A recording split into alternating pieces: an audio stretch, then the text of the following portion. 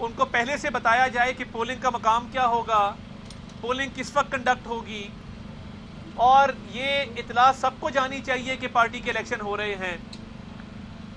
ایک شخص کو بلا مقابلہ منتخب کر لیا گیا، نہ پولنگ کا وقت بتایا گیا، نہ پولنگ کا مقام بتایا گیا، اور نہ ہی سیکشن 208 الیکشن ایکٹ کے لوازمات پورے کیے گئے۔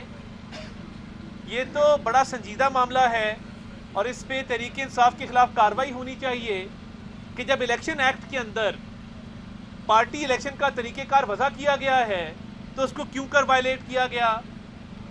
امیدواروں کو یہ موقع کیوں نہیں فراہم کیا گیا کہ وہ اپنے کاغذات داخل کروائیں؟ امیدواروں کو مطلع کیوں نہیں کیا گیا؟ بانی ممبران جس میں اکبر ایس بابر صاحب شامل ہیں، ان کو یہ اطلاع کیوں نہیں گئی؟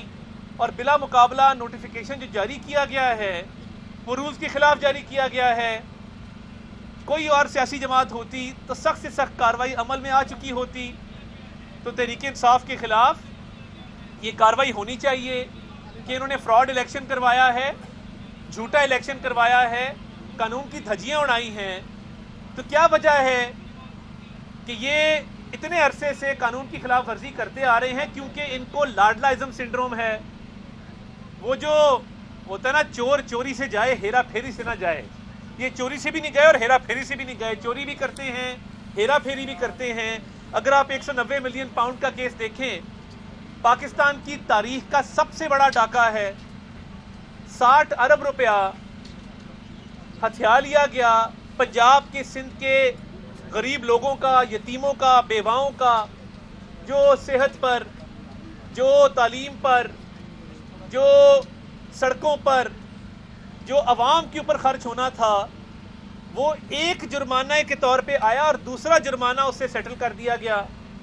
زبیدہ جلال صاحبہ کی سٹیٹمنٹ کہ کابینہ کے اندر لوگوں نے یہ کہا کہ اس معاملے کو اس طرح سیٹل نہ کریں، یہ جرمانہ پاکستانی عوام کا پیسہ ہے، مگر 5-5 کیرٹ کی انگوٹھیاں مانگی جا رہی تھیں، القادر کے نام پہ جھوٹے ٹرسٹ بنائے جا رہے تھے، زمین لی جا رہی تھی، کروڑوں روپیہ اکاؤنٹوں کے اندر آ رہا تھا، اور ایک بیوپار شروع کیے رکھا تھا عمران نیازی صاحب نے، اور اس میں ان کی کابینہ بھی شامل تھی۔ اب یہ وہ لوگ ہیں جنہوں نے 9 مئی کے حملے کیے ہیں، یہ وہ لوگ ہیں جنہوں نے شہداء کی یادگاروں کو مسمار کیا ہے، یہ وہ لوگ ہیں جنہوں نے دشمن کے عزائم کو عملی جامہ پہنایا ہے۔ تو آج کس بات کی رعایت مانگتے ہیں؟ آج کیوں کہتے ہیں ہم سب سے بات کرنے کو تیار ہیں؟ تو میں نے پہلے بھی کہا تھا، نہ عدت مکمل کی نہ مدت مکمل کی، بڑا بدقسمت آدمی ہے۔ اور جو سپورٹ اس کو ملی تھی، یہ اگر نیک نیت ہوتا اور یہ ہیرا پھیری نہ کرتا، یہ چوری نہ کرتا، یہ جرائم میں ملوث نہ ہوتا، تو یہ پاکستان کی تقدیر بدل سکتا تھا۔ مگر نہ صلاحیت ہے، نہ نیت ہے، اور ڈے ون سے ایک ہی ایجنڈا تھا کہ مال کمایا جائے۔ اس کے لیے عثمان بزدار جیسے نااہل شخص کو پنجاب کا وزیر اعلیٰ بنایا گیا۔ دن رات ایک ہی کام تھا بشرا مانیکا کا اور عمران نیازی کا کہ پیسے اکٹھے کرو، زیادہ سے زیادہ مال کیسے کمایا جا سکتا ہے۔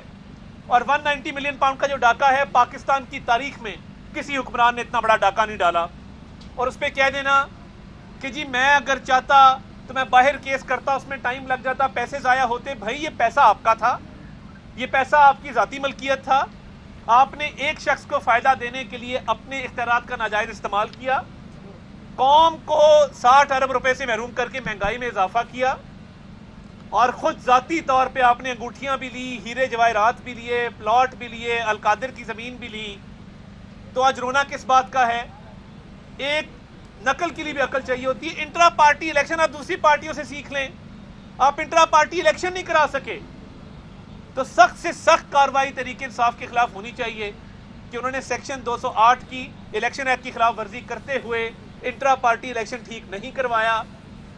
اور جہاں 190 ملین پاؤنڈ کیس کا تعلق ہے، سپریم کورٹ یہ کہہ چکا کہ یہ اسٹیٹ کا پیسہ تھا، یہ ملک ریاض کا پیسہ تو تھا نہیں، یہ تو اسٹیٹ آف پاکستان کو آنا تھا، سرکاری خزانے میں آنا تھا۔